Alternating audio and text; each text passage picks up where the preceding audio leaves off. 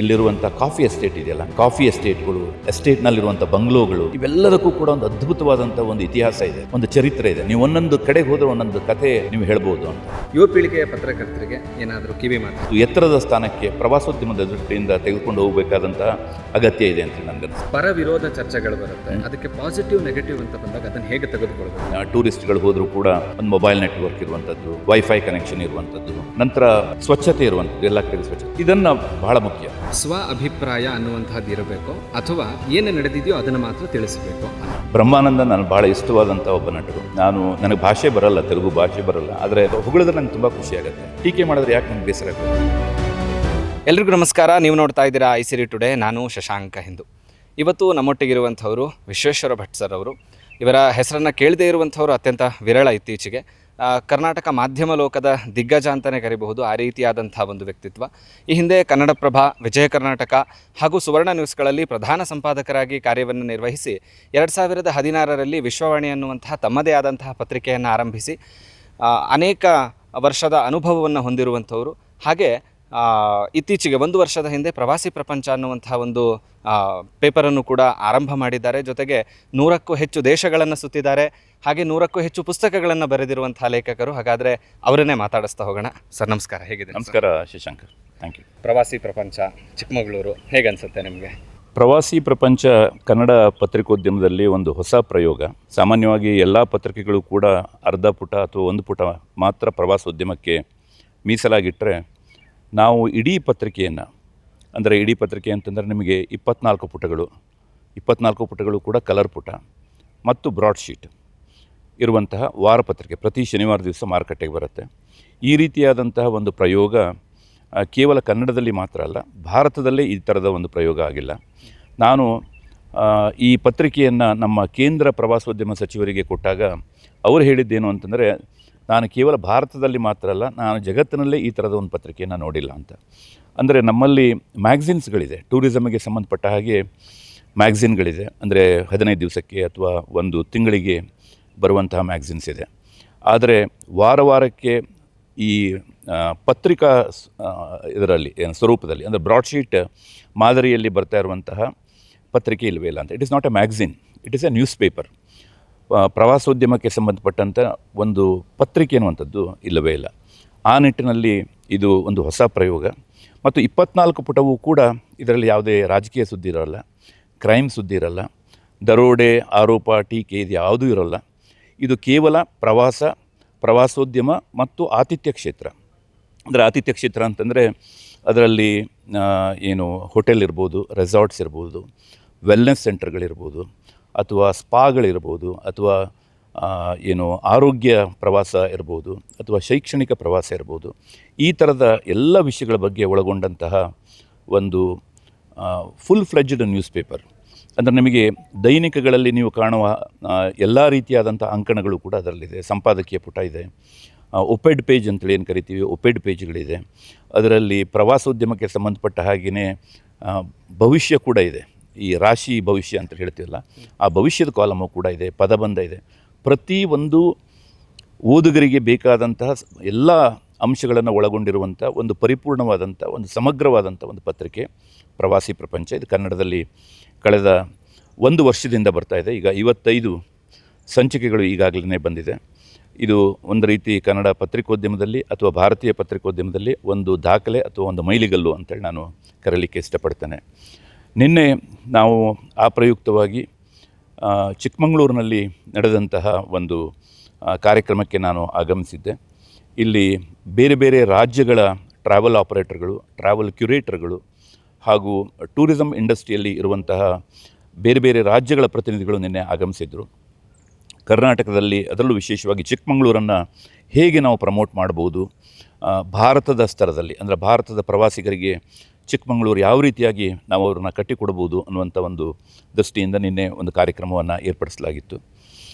ನಿಜಕ್ಕೂ ಕೂಡ ಕರ್ನಾಟಕದಲ್ಲಿ ಪರಿಪೂರ್ಣವಾದಂತಹ ಒಂದು ಪ್ರವಾಸೋದ್ಯಮ ಕ್ಷೇತ್ರ ಅಂತಂದರೆ ಅಥವಾ ತಾಣ ಅಂತಂದರೆ ಅದು ಚಿಕ್ಕಮಗಳೂರು. ನಿಮಗೆ ಚಿಕ್ಕಮಗಳೂರಿನಲ್ಲಿ ಇಲ್ಲದೇ ಇರುವಂತಹ ಯಾವ ಅಂಶಗಳು ಕೂಡ ಇಲ್ಲ ಅಂತ.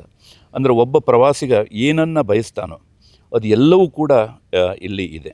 ನಾನು ಅದಕ್ಕೋಸ್ಕರ ಇಂಗ್ಲೀಷ್ನಲ್ಲಿ ನಿನ್ನೆ ಒಂದು ಮಾತನ್ನು ಹೇಳಿದೆ, ಏನು ಅಂತಂದರೆ it is A perfect sensory reset button ಅಂತ. ಅಂದರೆ ಒಬ್ಬ ವ್ಯಕ್ತಿಗೆ ಇಲ್ಲಿ ಏನು ಒಬ್ಬ ಪ್ರವಾಸಿ ಏನನ್ನು ಬಯಸ್ತಾನೋ ಆ ಎಲ್ಲ ಅಂಶಗಳು ಕೂಡ ಇದೆ ಇದರಲ್ಲಿ. ನೀವು ಗಮನಿಸಿ, ಏನು ಅಂತಂದರೆ ಫೆಂಟಾಸ್ಟಿಕ್ ಕನೆಕ್ಟಿವಿಟಿ ಇದೆ. ನಿಮಗೆ ಬೆಂಗಳೂರಿನಿಂದ 4.5 ಗಂಟೆ ಅವಧಿಯಲ್ಲಿ ಚಿಕ್ಕಮಗಳೂರಿಗೆ ಬರ್ಬೋದು. ಮಂಗಳೂರಿನಿಂದ ಸುಮಾರು 1-1.5 ಗಂಟೆಯಲ್ಲಿ ನೀವು ಚಿಕ್ಕಮಗಳೂರಿಗೆ ಬರ್ಬೋದು. ಬೆಂಗಳೂರಿಂದ ಬರುವಾಗ ನೀವು ವರ್ಲ್ಡ್ ಕ್ಲಾಸ್ ಪಿಲ್ಗ್ರಿಮ್ ಸೆಂಟರ್ ಅಂತೇಳಿ ನಾವೇನು ಕರಿತೀವಿ ಅಂಥದ್ದು ಶ್ರವಣ ಬೆಳಗೊಳವನ್ನು ನೋಡಿಕೊಂಡು, ಬೇಲೂರನ್ನು ನೋಡಿಕೊಂಡು, ಹಳೇಬೀಡನ್ನು ನೋಡಿಕೊಂಡು ನೀವು ಇಲ್ಲಿಗೆ ಬರ್ಬೋದು.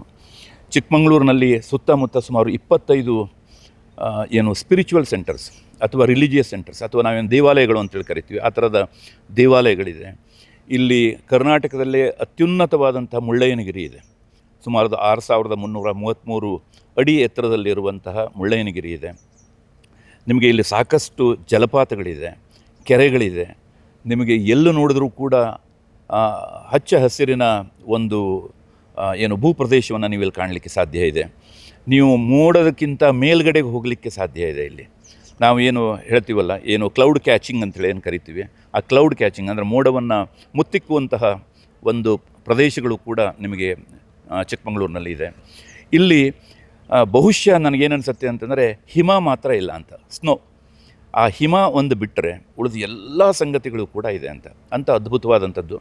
ಮತ್ತು ಯಾವುದೇ ಒಂದು ಪ್ರವಾಸೋದ್ಯಮ ತಾಣವನ್ನು ಪ್ರಮೋಟ್ ಮಾಡಬೇಕು ಅಂತಂದರೆ ಒಂದು ಕಥೆ ಇರಬೇಕು ಅಂತ. ಅದಕ್ಕೆ ಜನಕ್ಕೆ ಒಂದು ಕಥೆ ಹೇಳಬೇಕು. ನೀವು ಕಥೆ ಹೇಳಿದ್ರೆ ಮಾತ್ರ ಆ ತಾಣದ ಬಗ್ಗೆ ಅವರಿಗೆ ಬಹಳ ಬೇಗನೆ ಅರ್ಥ ಆಗುತ್ತೆ.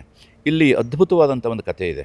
ನಿಮಗೆ 1670ನೇ ಇಸ್ವಿಯಲ್ಲಿ ನಿಮಗೆ ಯಮನ್ನಿಂದ ಬಂದಂಥ ಒಬ್ಬ ಸೂಫಿ ಸಂತ ಬಾಬಾ ಬುಡನ್ ಅನ್ನುವಂಥವ್ರು ಬರುವಾಗ ಒಂದು 7 ಕಾಫಿ ಬೀಜಗಳನ್ನು ತೊಗೊಂಡು ಬಂದಿದ್ದರಂತೆ ಅವರು. ಆ ಕಾಫಿ ಬೀಜಗಳನ್ನು ತೊಗೊಂಡು ಬಂದು ಇಲ್ಲಿಯ ಚಿಕ್ಕಮಗಳೂರಿನ ಬೆಟ್ಟಗಳಲ್ಲಿ ಅದನ್ನು ಹಾಕಿದ ನಂತರ ಇಲ್ಲಿ ಇಷ್ಟೊಂದು ದೊಡ್ಡ ಪ್ರಮಾಣದಲ್ಲಿ ಕಾಫಿ ತೋಟ ಹುಟ್ಕೊಂಡು ತೋಳುವಂಥ ಒಂದು ಅದ್ಭುತವಾದಂಥ ಒಂದು ಕಥೆ ಇದೆ ನೋಡಿ. ಅಂದರೆ ನಾವು ಇಲ್ಲಿ 1 ಕಪ್ ಕಾಫಿಯನ್ನು ಕುಡಿಯುವಾಗ ನನಗೇನು ಅನಿಸುತ್ತೆ ಅಂತಂದರೆ ನಾನು ಸುಮಾರು 500 ವರ್ಷಗಳ ಇತಿಹಾಸವನ್ನು ಕುಡಿತಾ ಇದ್ದಂಗೆ ಅನಿಸುತ್ತೆ ಅಂತ. ಆ ಒಂದು ಪರಂಪರೆ ನನ್ನ ಮನಸ್ಸಿನಲ್ಲೆಲ್ಲ ಆವರಿಸ್ಕೊಂಡಂಥ ಒಂದು ಭಾವನೆ ಬರುತ್ತೆ. ಅಂದರೆ ಹೀಗಾಗಿ ಇಲ್ಲಿ ಅದ್ಭುತವಾದಂಥ ಕಥೆ ಇದೆ, ಒಂದು ಹೆರಿಟೇಜ್ ಇದೆ, ಪರಂಪರೆ ಇದೆ, ನಮ್ಮ ಸಂಪ್ರದಾಯ ಇದೆ. ಸೊ ಅದಕ್ಕೆ ಪೂರಕವಾದಂತಹ ಒಂದು ಅದ್ಭುತವಾದಂಥ ಒಂದು ವಾತಾವರಣ ಇದೆ ಇಲ್ಲಿ. ಜೊತೆಯಲ್ಲಿ ಏನು ಈ 365 ದಿವಸವೂ ಕೂಡ ಆಹ್ಲಾದಕರವಾದಂಥ ಸೂದಿಂಗ್ ಆದಂತಹ ಒಂದು ಕ್ಲೈಮೇಟ್ ಇದೆ. ಹೀಗಾಗಿ ನಿಮಗೆ ಎಲ್ಲ ದೃಷ್ಟಿಯಿಂದನೂ ಕೂಡ ಕರ್ನಾಟಕದಲ್ಲಿ ಚಿಕ್ಕಮಗಳೂರನ್ನು ಬಹುಶಃ ನಾವು ಒಂದು ದಿವಸದ ತಾಣ ಅಂತ ಅಂದ್ಕೊಂಬಿಟ್ಟಿದ್ವಿ. ಶನಿವಾರ ಮತ್ತು ಭಾನುವಾರ ಅಷ್ಟೇ ಸ್ಟಾಪ್ ಓವರ್ ಇದು ಏನು ಟೂರಿಸಮ್ ಅಂತ ಅಂದ್ಕೊಂಬಿಟ್ಟಿದ್ವಿ. ಇದು ಸ್ಟಾಪ್ ಓವರ್ ಟೂರಿಸಮ್ ಅಲ್ಲ. ಇದು ಒಂದು ವಾರ ಇರುವಂತಹ, 10 ದಿವಸ ಇರುವಂತಹ, ತಿಂಗಳುಗಟ್ಟಲೆ ಇರುವಂತಹ, ಫ್ಯಾಮಿಲಿ ಜೊತೆಗೆ ನಾವೆಲ್ಲರೂ ಕೂಡ ಇರುವಂತಹ ಒಂದು ಅಪರೂಪದ ಒಂದು ತಾಣ. ಕೇವಲ ನಮ್ಮ ಕರ್ನಾಟಕದಲ್ಲಿ ಅಂತೇಳಿ ಹೇಳ್ತಾ ಇಲ್ಲ, ನಮ್ಮ ದಕ್ಷಿಣ ಭಾರತದಲ್ಲೇ ಭಾಳ ಅಪರೂಪದ ತಾಣದಲ್ಲಿ ಈ ಚಿಕ್ಕಮಗಳೂರು ಕೂಡ ಒಂದು. ಇದರ ಕಾಡು, ಇದರ ಜೊತೆಗೆ ಇಲ್ಲಿರುವಂಥ ಕಾಫಿ ಎಸ್ಟೇಟ್ ಇದೆಯಲ್ಲ, ಕಾಫಿ ಎಸ್ಟೇಟ್ಗಳು, ಎಸ್ಟೇಟ್ನಲ್ಲಿರುವಂಥ ಬಂಗ್ಲೋಗಳು, ಇವೆಲ್ಲದಕ್ಕೂ ಕೂಡ ಒಂದು ಅದ್ಭುತವಾದಂಥ ಒಂದು ಇತಿಹಾಸ ಇದೆ, ಒಂದು ಚರಿತ್ರೆ ಇದೆ. ನೀವು ಒಂದೊಂದು ಕಡೆಗೆ ಹೋದರೆ ಒಂದೊಂದು ಕಥೆ ನೀವು ಹೇಳ್ಬೋದು ಅಂತ. ಹೀಗಾಗಿ ನನಗೆ ಚಿಕ್ಕಮಗಳೂರನ್ನು ಇನ್ನೂ ಎತ್ತರದ ಸ್ತರದಲ್ಲಿ, ಇನ್ನೂ ಏನು ಗೋಯಿಂಗ್ ಫಾರ್ವರ್ಡ್ ನಾವಿನ್ನೂ ಜಾಸ್ತಿ ಇದಕ್ಕೆ ಪ್ರಾಮುಖ್ಯವನ್ನು ಕೊಡೋದ್ರ ಮೂಲಕ ಚಿಕ್ಕಮಗಳೂರನ್ನು ನಮ್ಮ ಕರ್ನಾಟಕದ ಭೂಪಟದಲ್ಲಿ, ಜೊತೆಯಲ್ಲಿ ಭಾರತದ ಭೂಪಟದಲ್ಲಿ ಇದನ್ನು ಇನ್ನೂ ಹೆಚ್ಚಿನ ಮತ್ತು ಎತ್ತರದ ಸ್ಥಾನಕ್ಕೆ ಪ್ರವಾಸೋದ್ಯಮದ ದೃಷ್ಟಿಯಿಂದ ತೆಗೆದುಕೊಂಡು ಹೋಗಬೇಕಾದಂತಹ ಅಗತ್ಯ ಇದೆ ಅಂತೇಳಿ ನನಗನ್ನಿಸ್ತಾ ಇದೆ. ಪ್ರವಾಸಿ ಸೌಕರ್ಯಗಳನ್ನು ನೋಡೋದಾದರೆ ಇಲಾಖೆಯಿಂದ ಯಾವ್ಯಾವ ರೀತಿಯಾದಂತಹ ಒಂದಷ್ಟು ಡೆವಲಪ್ಮೆಂಟ್ಸ್ ಆಗಬೇಕು ಅಂತ ಇಲ್ಲಿ ನೋಡಿ. ಯಾವುದೇ ಒಂದು ಪ್ರವಾಸೋದ್ಯಮ ಕ್ಷೇತ್ರ ಅಭಿವೃದ್ಧಿ ಆಗಬೇಕು ಅಂತಂದರೆ ಮೂಲಭೂತ ಸೌಕರ್ಯಗಳಿರಬೇಕು ಅಂತ. ಒಂದು ಒಳ್ಳೆಯ ರಸ್ತೆ ಸಂಪರ್ಕ ಇರಬೇಕು, ಮತ್ತು ಅದೆಲ್ಲಕ್ಕಿಂತ ಹೆಚ್ಚಿನದಾಗಿ ಒಂದು ಶೌಚಾಲಯದ ಒಂದು ವ್ಯವಸ್ಥೆ ಇರಬೇಕು, ಜೊತೆಯಲ್ಲಿ ಸ್ವಚ್ಛತೆ ಇರಬೇಕು ಅಂತ. ಈ ಸಂಗತಿಗಳನ್ನು ಹೊರಗಡೆ ದೇಶಗಳಿಂದ ಅಥವಾ ಹೊರಗಡೆ ರಾಜ್ಯಗಳಿಂದ ಬರುವಂತಹ ಪ್ರವಾಸಿಗರು ಅಥವಾ ಯಾವುದೇ ಪ್ರವಾಸಿಗರು ಬಯಸುವಂಥದ್ದು ಒಂದು ಮೂಲಭೂತವಾದಂಥ ಸೌಕರ್ಯ ಮತ್ತು ಒಳ್ಳೆಯ ಏನು ಕನೆಕ್ಟಿವಿಟಿ, ನಂತರ ಸಂಪರ್ಕ ಸಾಧನಗಳು. ನಿಮಗೆಲ್ಲೋ ಈ ಸಾಮಾನ್ಯವಾಗಿ ಯಾವುದೇ ಟೂರಿಸ್ಟ್ಗಳು ಹೋದರೂ ಕೂಡ ಒಂದು ಮೊಬೈಲ್ ನೆಟ್ವರ್ಕ್ ಇರುವಂಥದ್ದು, ವೈಫೈ ಕನೆಕ್ಷನ್ ಇರುವಂಥದ್ದು, ನಂತರ ಸ್ವಚ್ಛತೆ ಇರುವಂಥದ್ದು, ಎಲ್ಲ ಕಡೆಗೂ ಸ್ವಚ್ಛತೆ. ಇದನ್ನು ಬಹಳ ಮುಖ್ಯ. ನಮ್ಮ ಏನು ಕರ್ನಾಟಕ ಸರ್ಕಾರ ಆಗಲಿ ಅಥವಾ ಪ್ರವಾಸೋದ್ಯಮ ಇಲಾಖೆ ಆಗಲಿ ನಮಗೆಲ್ಲವನ್ನೂ ಕೂಡ ಮಾಡಿಕೊಡ್ಬೇಕು ಅಂತೇಳಿ ನಾವು ಹೇಳಲ್ಲ ಅಂತ. ಈ ರೀತಿಯಾದಂಥ ಮೂಲಭೂತ ಸೌಕರ್ಯ, ಬೇಸಿಕ್ ಫೆಸಿಲಿಟೀಸನ್ನು ಕೊಡುವಂತಹ ವ್ಯವಸ್ಥೆ ಎಲ್ಲ ಕಡೆಗೂ ಆಗಬೇಕು ಅನ್ನುವಂಥದ್ದು ನನ್ನ ಅಭಿಪ್ರಾಯ. ಇತ್ತೀಚೆಗೆ ಬರೆದಂತಹ ಕೊನೆಯ ಪುಸ್ತಕ ನಾನು ನಿಮ್ಮ ಬ್ರಹ್ಮಾನಂದ, ಅದ್ರ ಬಗ್ಗೆ ಹೇಳೋದು. ನಾನು ಸುಮಾರು ಬ್ರಹ್ಮಾನಂದ ನಾನು ಭಾಳ ಇಷ್ಟವಾದಂಥ ಒಬ್ಬ ನಟರು. ನನಗೆ ಭಾಷೆ ಬರಲ್ಲ, ತೆಲುಗು ಭಾಷೆ ಬರಲ್ಲ, ಆದರೆ ಬ್ರಹ್ಮಾನಂದ ಅವರು ಇದ್ದಾರೆ ಅನ್ನುವಂಥ ಒಂದು ಕಾರಣಕ್ಕಾಗಿ ನಾನು ಸುಮಾರು 100ಕ್ಕೂ ಹೆಚ್ಚು ತೆಲುಗು ಸಿನಿಮಾಗಳನ್ನು ನಾನು ನೋಡಿದ್ದೀನಿ. ಇವತ್ತಿಗೂ ಕೂಡ ಯಾವುದೋ ಕಂಪ್ಯೂಟರ್ನಲ್ಲಿ, ಮೊಬೈಲ್ನಲ್ಲಿ ಅಥವಾ ಏನು ಸಿನಿಮಾದಲ್ಲಿ ಅಥವಾ ಅವರ ಇದು ಬಂದರೆ, ಏನು ಒಂದು ದೃಶ್ಯ ಬಂದರೆ, ಅವರ ಫೋಟೋ ಕಂಡ್ರೆ, ಅದು ಒಂದು ಕ್ಲಿಪ್ಪನ್ನು ನೋಡಿದ್ರೆ ಖಂಡಿತವಾಗಿ ಕೂಡ ನಾನು ಅದನ್ನು ನೋಡ್ತೀನಿ. ಹೀಗೆ ನಂಗೆ ತುಂಬ ದಿವಸಗಳಿಂದ ಅವ್ರ ಬಗ್ಗೆ ಬರೀಬೇಕು ಅಂತೇಳಿತ್ತು. ಒಂದು ಸಲ ನಾನು ಡೆಲ್ಲಿಗೆ ಹೋಗ್ತಾ ಇರುವಾಗ ಅದು ಒಂದು ವಿಮಾನ ನಿಲ್ದಾಣದಲ್ಲಿ ಅವರು ಬರೆದಿರುವಂಥ ಪುಸ್ತಕವನ್ನು ಇಂಗ್ಲೀಷ್ನಲ್ಲಿ ನೋಡಿದೆ. ಅದು ತೆಲುಗಿನಿಂದ ಇಂಗ್ಲೀಷಿಗೆ ಟ್ರಾನ್ಸ್ಲೇಟ್ ಆಗಿತ್ತು. ನಾನು ಇಂಗ್ಲೀಷ್ ಪುಸ್ತಕವನ್ನು ಓದಿದ ನಂತರ ಅನ್ನಿಸ್ತು ನನಗೆ ತುಂಬ ಚೆನ್ನಾಗಿದೆ ಮತ್ತು ಒಂದು ಒಳ್ಳೆ ಇನ್ಸ್ಪಿರೇಷನಲ್ ಆಟೋಬಯೋಗ್ರಫಿ ಅಂತೇಳಿ ಅನ್ನಿಸ್ತು. ಬೇರೆಯವರಿಗೆ ಪ್ರೇರಣೆ ಕೊಡುವಂಥ ಒಂದು ಬದುಕು ಅವರದ್ದು. ಹೀಗಾಗಿ ಆ ಜೀವನ ಕಥೆಯನ್ನು ಕನ್ನಡಕ್ಕೂ ಕೂಡ ಟ್ರಾನ್ಸ್ಲೇಟ್ ಮಾಡಬೇಕು ಅನ್ನೋಂಥ ಕಾರಣದಿಂದ ಈಗ ಕನ್ನಡದಲ್ಲೂ ಕೂಡ ಅದನ್ನು ಅನುವಾದ ಮಾಡಿದ್ದಾನೆ. ಇವಾಗ ಲಭ್ಯ ಇದೆ ಅಲ್ವಾ? ಈಗ ಲಭ್ಯ ಇದೆ, ಮಾರ್ಕೆಟ್ನಲ್ಲಿ ಲಭ್ಯ ಇದೆ, ಅಮೆಝಾನ್ದಲ್ಲೂ ಕೂಡ ಅದು ಸಿಗ್ತಾ ಇದೆ. ಈಗಾಗಲೇ ಮೊದಲ ಮುದ್ರಣ ಖಾಲಿಯಾಗಿದೆ. ಅಷ್ಟರ ಮಟ್ಟಿಗೆ ಜನ ಅದಕ್ಕೆ ಉತ್ತಮವಾದಂಥ ಒಂದು ಸ್ಪಂದನೆಯನ್ನು ಕೂಡ ಕೊಟ್ಟಿದ್ದಾರೆ. ಸರ್, ಕಡೆ ಪ್ರಶ್ನೆ, ಈಗಿನ ಯುವ ಪೀಳಿಗೆಯ ಪತ್ರಕರ್ತರಿಗೆ, ನಾವೇನು ಈಗ ಪತ್ರಿಕೋದ್ಯಮದಲ್ಲಿ ಅಂಬೆಗಾಲಿಡ್ತಿರುವಂಥವ್ರು, ನಮ್ಮ ವಯಸ್ಸಿಗಿಂತ ಜಾಸ್ತಿ ಅನುಭವ ಹೊಂದಿರುವಂಥವ್ರು, ಈಗಿನ ಯುವ ಪೀಳಿಗೆಯ ಪತ್ರಕರ್ತರಿಗೆ ಏನಾದರೂ ಕಿವಿ ಮಾತು ಹೇಳೋದಾದರೆ? ನಾನು ಬಹಳ ಉಪನ್ಯಾಸ ಕೊಡಲಿಕ್ಕೆ ಹೋಗಲ್ಲ. ನೀವು ಕೇವಲ ಎರಡೆರಡು ಸಂಗತಿಗಳನ್ನು ಹೇಳ್ತೀನಿ. ಚೆನ್ನಾಗಿ ಓದಿ ಮತ್ತು ಬರೆಯಿರಿ. ನೀವು ಬರೀಬೇಕು ಅಂತಂದರೆ ಚೆನ್ನಾಗಿ ಓದಬೇಕು ಅಂತ. ನೀವು ಎಷ್ಟು ಬರೀತೀರೋ ಅದರ 4 ಪಟ್ಟು ಹೆಚ್ಚು ಓದಿರಬೇಕು. ನಮ್ಮ ತಲೆಯಲ್ಲಿ ಓವರ್ ಹೆಡ್ ಟ್ಯಾಂಕ್ನಲ್ಲಿ ನೀರಿದ್ದರೆ ಮಾತ್ರ ಕೆಳಗಡೆಗೆ ಟ್ಯಾಪ್ ತಿರುಗಿಸಿದ್ರೆ ನೀರು ಬರುತ್ತೆ. ಹೀಗಾಗಿ ಇಲ್ಲಿ ನಾವು ನಮ್ಮ ಟ್ಯಾಂಕನ್ನು, ಓವರ್ ಹೆಡ್ ಟ್ಯಾಂಕನ್ನು ಭರ್ತಿ ಮಾಡ್ಕೊಳ್ಬೇಕಾಗಿದ್ದು ಬಹಳ ಮುಖ್ಯ ಇದೆ. ಭಾಳ ಅದ್ಭುತವಾದಂಥ ಅವಕಾಶ ಇರುವಂಥ ಒಂದು ಕಾಲಘಟ್ಟದಲ್ಲಿ ನಾವೆಲ್ಲರೂ ಕೂಡ ಬದುಕ್ತಾ ಇದ್ದೇವೆ.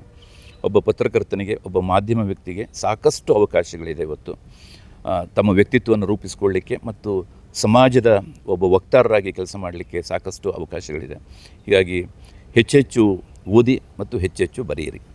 ಈ ಲೇಖನಗಳನ್ನು ಬರೆದಾಗಲಿ, ರಿಪೋರ್ಟ್ ಮಾಡಿದಾಗಲಾಗಲಿ, ಈ ಪರ ವಿರೋಧ ಚರ್ಚೆಗಳು ಬರುತ್ತೆ, ಅದಕ್ಕೆ ಪಾಸಿಟಿವ್ ನೆಗೆಟಿವ್ ಅಂತ ಬಂದಾಗ ಅದನ್ನು ಹೇಗೆ ತೆಗೆದುಕೊಳ್ಬೇಕು?